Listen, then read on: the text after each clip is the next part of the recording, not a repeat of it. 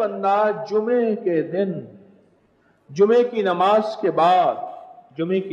کے بعد کاغذ قلم ساتھ رکھے، فرضوں کے بعد یا سنتوں کے بعد، اسی جگہ بیٹھے باوضو صرف 35 بار لکھ لے محمد الرسول اللہ احمد الرسول، صرف 35 بار. یعنی یہ محمد الرسول اللہ احمد الرسول اللہ یہ ایک بار بنے گا، اسی طرح 35 بار لکھ کے اپنے ساتھ رکھے گا. جو محدثین نے اس کے مشاہدے بیان کیے ہیں پہلے وہ بیان کروں گا، پھر جو اس کے بعد مشاہدے بے بہا ملے ہیں کچھ وہ بھی بیان کر دوں گا. لکھا ہے جو طلوع آفتاب کے وقت اس کاغذ کو، جس کاغذ پہ 35 بار لکھا ہے، اس کاغذ کو دیکھتے ہوئے چند بار درود پاک پڑھے گا. درود پاک کی کوئی باقاعدہ تعداد محدثین نے نہیں لکھی، چند بار اس کو دیکھتے ہوئے درود پاک پڑھے گا. اب فائدہ سنیں، لکھا ہے اس کو تواتر سے دیدار مصطفیٰ نصیب ہوگا، تواتر سے. اور حضرت کاشمیری نے تو یہاں تک لکھا جو اس کو جیب میں رکھے گا مالدار ہو جائے گا. شیخ بونی رحمت اللہ علیہ نے اس کو یہاں تک لکھا جو اس کو جیب میں رکھے گا شیر سے زیادہ ہیبت پائے گا، چیتے سے زیادہ پھرتی پائے گا، اور فرمایا اس سے زیادہ اس کو اللہ پاک ذہانت فطانت عطا فرمائیں گے اور اس کے اندر کے راز کھل جائیں گے. اور شیخ شرف الحق یحییٰ منیر رحمت اللہ علیہ لکھتے ہیں جو اس کو جیب میں رکھے گا اللہ پاک اس کو اپنے علم میں سے علم دے گا، اپنے حلم میں سے حلم دے گا. اور فرمائے جو اس کو اپنی جیب میں رکھے گا، یعنی اس کو اپنے ساتھ رکھے گا، جیب سے مراد ساتھ رکھے گا، اللہ پاک اپنے غیب کے خزانوں سے قدرت کے راز اس پہ کھولیں گے، کشف کے، کرامت کے، روحانیت کے، کمال کے، لاہوت کے، ملکوت کے، ناسوت کے، جبروت کے، اللہ اس پہ راز کھولیں گے.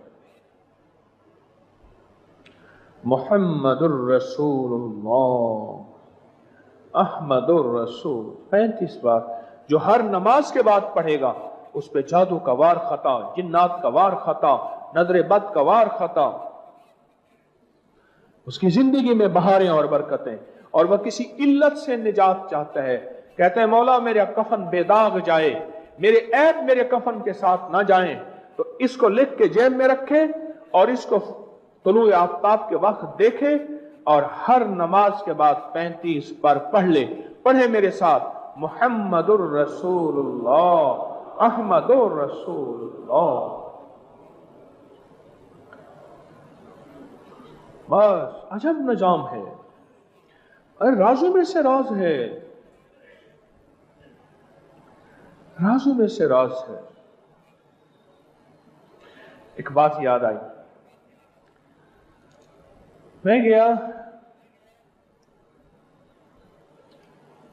چک درہ سوات، اس سے آگے ایک جگہ گیا. ایک صاحب میرے ساتھ تھے، مجھ سے کہنے لگے کہ آپ نے یہ جو وظیفہ بتایا ہے محمد الرسول اللہ احمد الرسول اللہ، آپ نے جو وظیفہ بتایا ہے اس وظیفے کو، آپ نے جو بتایا ہے اس وظیفے کو میں نے ایک جگہ بتایا. یہاں ایک غٹ پیر دے، بڑے ایک پیر صاحب ہیں قبائلی علاقوں میں، بڑے پیر صاحب. کہا کہ وہ ایک دم چونک پڑے. ہمارے ایک مخلص ہیں پشاور میں رہتے ہیں، ایک دم چونک پڑے. پشتو میں مجھ سے پوچھنے لگے یہ تمہیں کس نے بتایا ہے؟ انہوں نے کہا ہمارا پیر صاحب ہے یارہ لاہور کے ہیں، وہ بتاتے ہیں لوگوں کو.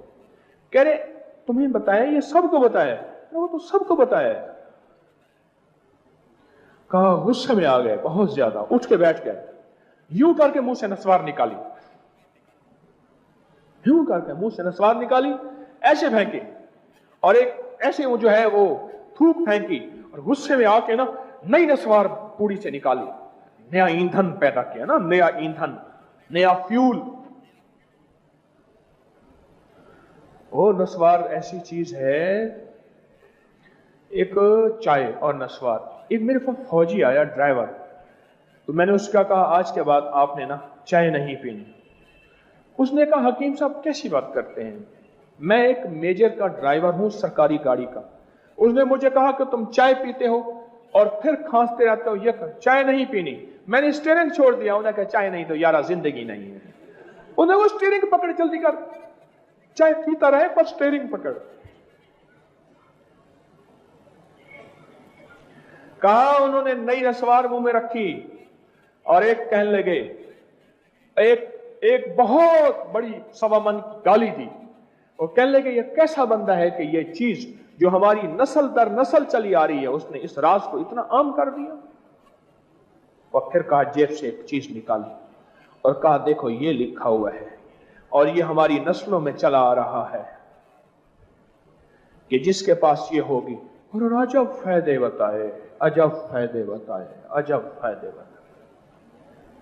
اور وہ فائدے سچ پوچھیں جو خود میرے مشاہدے بھی نہیں تھے. میں تو ساری عمر سیکھنے والا ہوں, میں تو چیزیں بتاتا رہتا ہوں لوگوں کو, شخصیات کے نام نہیں لیتا, پر میں خود سیکھتا ہوں, ساری عمر سیکھتا ہوں.